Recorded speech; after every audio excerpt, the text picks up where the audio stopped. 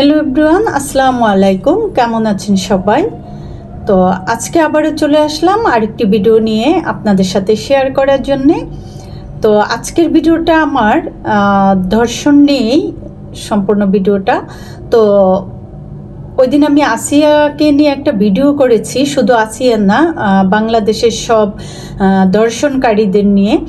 তো আর আজকের যে ভিডিওটা হচ্ছে যে আমরা আমাদের মেয়েদেরকে কিভাবে তৈরি করব এবং আমাদের মেয়েরা কিভাবে নিজেদের নিরাপত্তা নিজেরাই দিবে, কিভাবে নরপিশাচদেরকে শাস্তি দিবে এবং নরপিশাচদের হাত থেকে নিজেরা নিজেদেরকে রক্ষা করতে পারবে, সেটা কিভাবে ট্রেনিং দেওয়া যায় সেই ব্যাপারেই কথা বলবো। কারণ আমাদের বাংলাদেশ এমন একটি দেশ, মানে কি বলবো, বাংলাদেশ সম্বন্ধে আর কিছু বলতেও ইচ্ছে করে না, ঘৃণা চলে আসছে আমার দেশের প্রতি এখন বর্তমান পরিস্থিতির প্রেক্ষাপটে। তো হচ্ছে আমাদের নিরাপত্তা আমাদেরকেই তৈরি করতে হবে এবং আমাদেরকে সেইভাবে তৈরি করতে হবে আমরা যেন আমাদের নিরাপত্তা আমরা নিজেরাই দিতে পারি। আমার যেটা অ্যাডভাইস, আমাদের মেয়েদেরকে যখন থেকে স্কুলে আমরা পাঠাই 4 থেকে 5 বছর, ঢাকা সিটিতে এইরকম, তো 5 থেকে যখন 6 বছর এজ হয় সেই এজ থেকেই বাচ্চাদেরকে প্রশিক্ষণ দেওয়া হোক, সেটা স্কুলের মাধ্যমেই হোক বা আদার্স প্রাইভেট কোনো সংস্থা থেকেই হোক। তো সবচেয়ে বেটার হয় স্কুল থেকে হলে স্কুলে ক্যারাডি এবং টেকন্ডো শেখানো হোক, এই দুইটার মাধ্যমে বাচ্চাদেরকে ট্রেনিং দেওয়া হোক। এই কথাটা আমি সেদিন দেখলাম নিউজে, যে আমাদের যে নায়ক সবাই চিনেন যে রুবেল, সেও কিন্তু একই কথা বলছে যে মেয়েদেরকে ক্যারাডি শেখানো হোক প্রত্যেকটা শিক্ষা প্রতিষ্ঠানে। রুবেলের এই কথায় আমি একমত।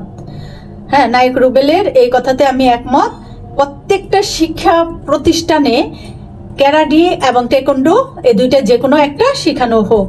তো আমি জানি না বাংলাদেশের কোন কোন শিক্ষা প্রতিষ্ঠানে এই ব্যবস্থা রয়েছে, কিন্তু আমি শুধু দুইটা স্কুল কলেজ সম্বন্ধে জানি। সে দুইটা হচ্ছে ফিলখানার ভিতরে যে জিকাতলায়, যেটা নূর মোহাম্মদ স্কুল অ্যান্ড কলেজে শেখানো হয় টেকন্ডো, ক্যারাডি না, টেকন্ডোটা শেখানো হয়। এবং হচ্ছে ফিলখানার ভিতর আরেকটা স্কুল রয়েছে মুন্সি আব্দুর রউফ, এটা অনেকেই জানেন, সে মুন্সি আব্দুর রউফেও শেখানো হয় এবং একই টিচার। তো টিচার হচ্ছে জাভেদ ভাই, ওদের মেন টিচার পলাশ ভাই, এদের মাধ্যমে এটা শেখানো হয়। আর আমার এত ভাল লাগছে যে নূর মোহাম্মদের এবং মুন্সি আব্দুর রউফের এই সিস্টেমটা, এটা আগে থেকেই ওনারা কত সালে শুরু করছে আমি জানি না। তো আমার মেয়ে 24 সাল থেকে শুরু করেছে, কারণ আমার মেয়ে 24 সাল থেকেই নূর মোহাম্মদে অ্যাডমিশন হয় ক্লাস 9-এ। তো গিয়ে দেখে যে এখানে টাইকোয়ান্ডো শিখে, সঙ্গে সঙ্গে ওর আগ্রহে আমরা ওকে ভর্তি করিয়ে দেই এবং প্রত্যেক শুক্র শনি 2 দিন সকাল 8টা থেকে 10টা পর্যন্ত ওদের ক্লাস হয়, মানে ট্রেনিংটা চলে। বর্তমান পরিস্থিতিতে এসে সেই প্রিন্সিপালকে স্যালুট জানাই যে উনি এই টেকন্ডোটা ওনার স্কুলে বা কলেজে শুরু করেছে। আর এতে অনেক বাচ্চারা উপকৃত হবে, বিশেষ করে আমাদের মেয়ে বাচ্চাগুলি এখন খুবই উপকৃত হবে। ওরা ওদেরকে নিজেদেরকে সেভ করার জন্যে এটা কাজে লাগাতে পারবে। যদিও আমার মেয়ে এখন গ্রিন ব্লু বেল্ট পেয়েছে সেদিন, তো হচ্ছে যেদিন হচ্ছে ব্ল্যাক বেল্ট পাবে সেদিন থেকে ফাইট শেখানো শুরু হবে। টোটাল 10টা বেল্ট, ওর 5টা পাওয়া হয়েছে, 5টা কি 6টা মনে হয় হয়েছে এখন। রিসেন্টলি তাইকোয়ান্ডো ফেডারেশনের প্রতিযোগিতায় অংশগ্রহণ করে আমার মেয়ে গোল্ড মেডেল পেয়েছে, জানুয়ারির দিকে এটা হয়েছিল। আর গত বছর পেয়েছিল সিলভার মেডেল। মেডেলটা কিন্তু আমার মেয়েকে এই তাইকোয়ান্ডোটা শেখানোর জন্য আরো উৎসাহিত করেছে। তো সেই রকম বাংলাদেশের প্রত্যেকটা শিক্ষা প্রতিষ্ঠানে তাইকোয়ান্ডো এবং ক্যারাডি শেখানোর ব্যবস্থা করতে হবে, যাতে মেয়েরা নিজেরা নিজেদেরকে প্রোটেক্ট করতে পারে, নরপিশাচদের হাত থেকে নিজেদেরকে রক্ষা করতে পারে। সেটা প্রত্যেকটা শিক্ষা প্রতিষ্ঠানে করা উচিত এবং মেয়েদের জন্য বাধ্যতামূলক করা উচিত পড়ালেখার পাশাপাশি। কারণ বর্তমান যে অবস্থা, আমি জানি না যে রাষ্ট্র কতটুকু নিরাপত্তা দিবে। এত আন্দোলন, এদের আসিয়া, হাজার হাজার আসিয়া চলে যাচ্ছে দর্শকদের লুট লালসের শিকার হয়ে, নির্যাতিত হয়ে মৃত্যুবরণ করছে। গতকালকে দেখলাম নিউজে যে আসিয়ার আন্দোলন যখন চলছে, আসিয়ার চিকিৎসা চলছে, আন্দোলন হচ্ছে, এই আন্দোলনের মধ্যেও একদিনে 11টা শিশু ধর্ষিত হয়েছে। তার মানে কেউ ভয় পায় না। আরেকটা মর্মান্তিক আরো একটা ঘটনা দেখলাম যে একজন প্রতিবন্ধী মেয়েকে তার খালু ধর্ষণ করেছে। সো হচ্ছে এই নরপিশাচদের হাত থেকে রক্ষা করতে হবে। আমরা রাষ্ট্রের দিকে, প্রশাসনের দিকে আমাদের তাকায় থাকলে হবে না, আমাদের প্রোটেক্ট আমাদেরকেই করে নিতে হবে। শক্ত হাতে আমাদেরকে, মেয়েদেরকে হাল ধরতে হবে। এই দেশে বাঁচতে হলে, এ দেশে মাথা উঁচু করে চলতে হলে আমাদেরকে এটা করতে হবে। আর আমরা এখন থেকে কখনো আমরা মেয়েরা মাথা নিচু করে চলবো না, মাথা উঁচু করেই চলবো।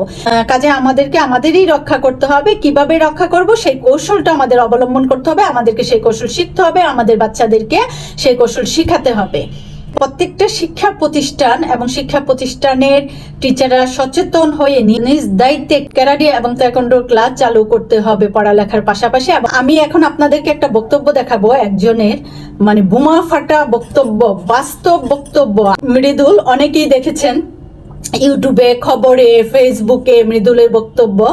তো আমি আপনাদেরকে আগে মৃদুলের বক্তব্যটা একটু দেখাই, যারা দেখেন নাই তারা দেখে নেন। এই ডক্টর মোহাম্মদ ইউনূস স্যারের উদ্দেশ্যে দৃষ্টি আকর্ষণ করে বলছি, আসিয়াকে দাফন করে দিচ্ছেন আপনারা, আমাদের প্রতিবাদকে কিন্তু দাফন করতে পারবেন না। হ্যাঁ, আপনারা আমাদেরকে নতুন বাংলাদেশ উপহার দিচ্ছেন, সন্ধ্যার পরে কোনো পুরুষ মানুষ ছাড়া আমরা বের হইতে পারি না, 2000 টাকার বেশি সাথে রাখতে পারি না, হাজার হাজার ছিনতাই উপহার দিচ্ছেন, অনেক অনেক ডাকাতি উপহার দিচ্ছেন, অনেক অনেক লাশ উপহার দিচ্ছেন নতুন বাংলাদেশে। এই বাঙালি জাতি দেশ স্বাধীন করার সময় বলছিল, মোরা একটি ফুলকে বাঁচাবো বলে যুদ্ধ করি, মোরা একটি মুখের হাসির জন্য অস্ত্র ধরি।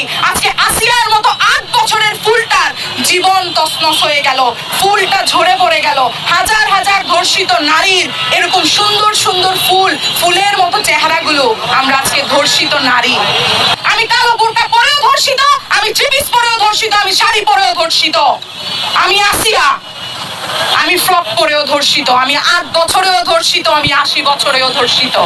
ভয় পেলে হবে না। প্রত্যেক নারীর উদ্দেশ্যে বলছি, তোমরা জেগে ওঠো। তোমরা ভুলে গেলে হবে না, পৃথিবীর অর্ধেকটা নারীদের, বাংলাদেশ অর্ধেকটা আমার নারীদের, অর্ধেকটা তোমাদের পুরুষ, অর্ধেকটা আমাদের।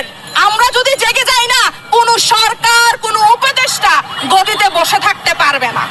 সবার উদ্দেশ্যে বলছি, আপনাদের হাতে পায়ে ধরে বলছি, নারীকে চেতাবেন না। নারী চেতছিল, বীরাঙ্গনা হয়েছে, মুক্তিযোদ্ধাকে জয় করছে। সেম ভাবে আপনারা আমাদেরকে চেতাবেন না। 2024 সালে আমরা রুখে দাঁড়াইছি, 26, 27, 28, 29, 30-এ রুখে দাঁড়াইতে সময় লাগবে না। নারী পারে না এমন কিছু নাই, নারী আপনাদেরকে জন্ম দিছে, নারী বাংলাদেশ জন্ম দিছে। দেখেছেন মৃদুলের বক্তব্যগুলি? মৃদুল কি বলল? মৃদুলের প্রত্যেকটা কথা গায়ে বিঁধে যাওয়ার মতো এবং প্রত্যেকটা কথা 100% সত্য।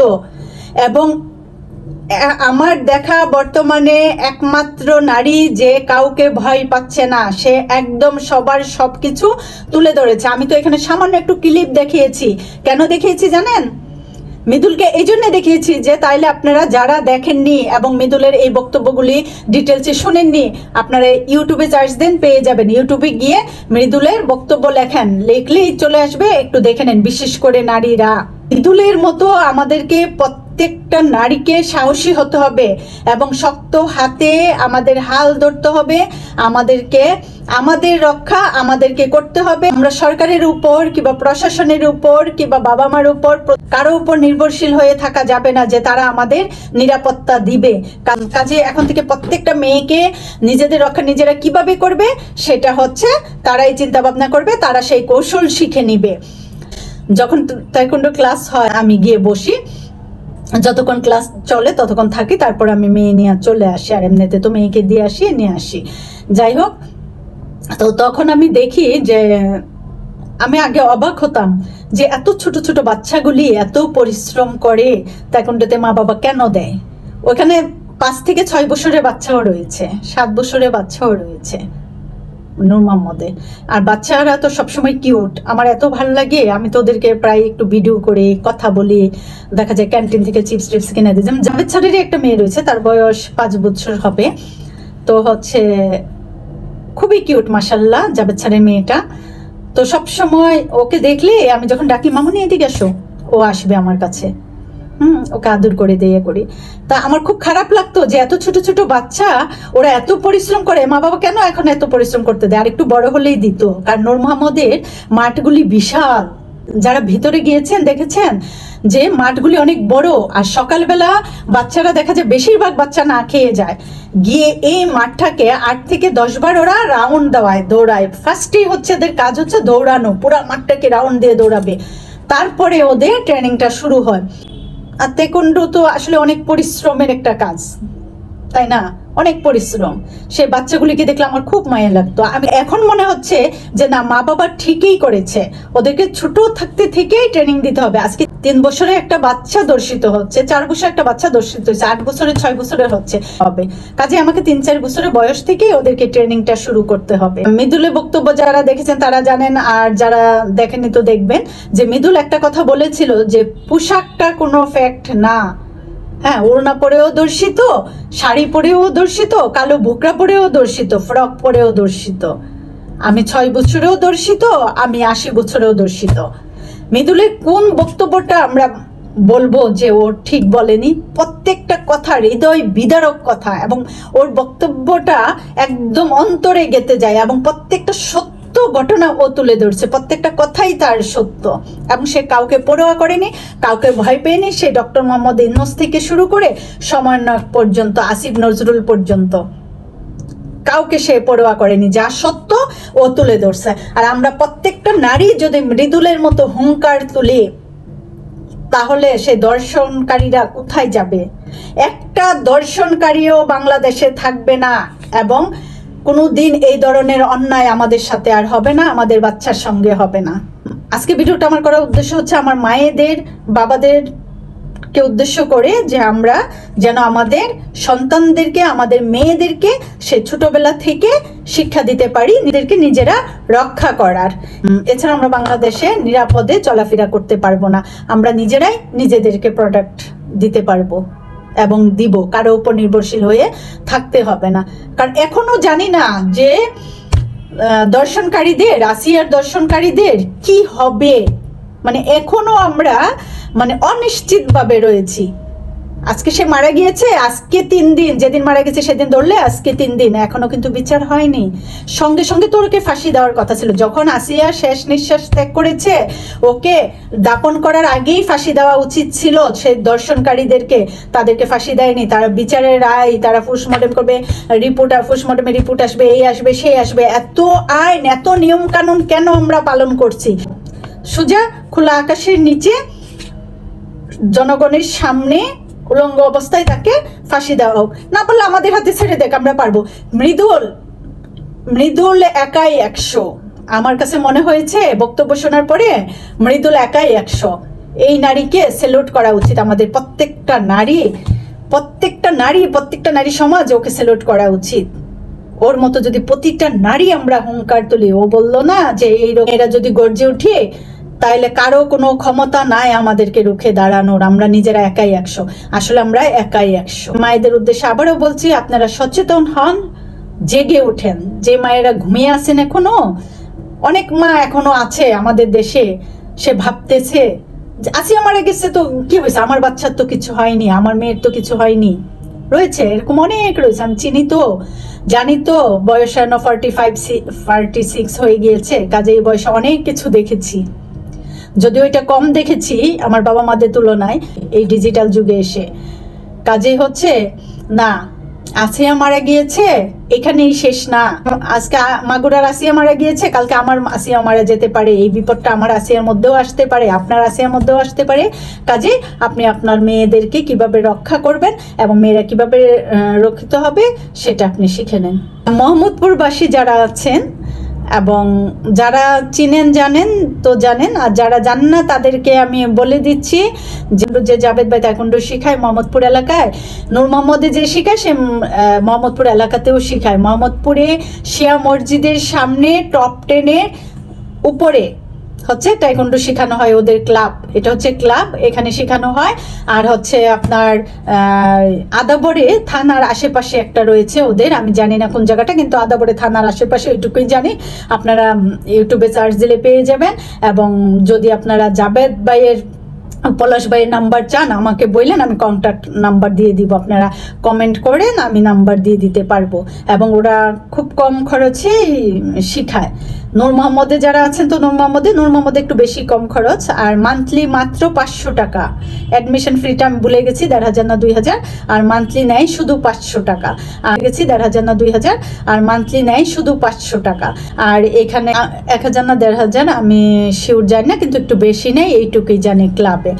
খুবই ভালো ওনারা, ওনাদের আচার ব্যবহার থেকে নিয়ে আমি এই 2 বছরে যতটুকু দেখেছি। তো আপনারা ওখানে নক দিতে পারবেন, আপনি ওদের ঠিকানা নাম্বার চাইলে আমাকে নক দিন, আমি নাম্বার দিয়ে দিব। আজকে আমি এখান থেকেই বিদায় নিচ্ছি। আল্লাহ হাফেজ, বাই বাই, ভালো থাকবেন সবাই।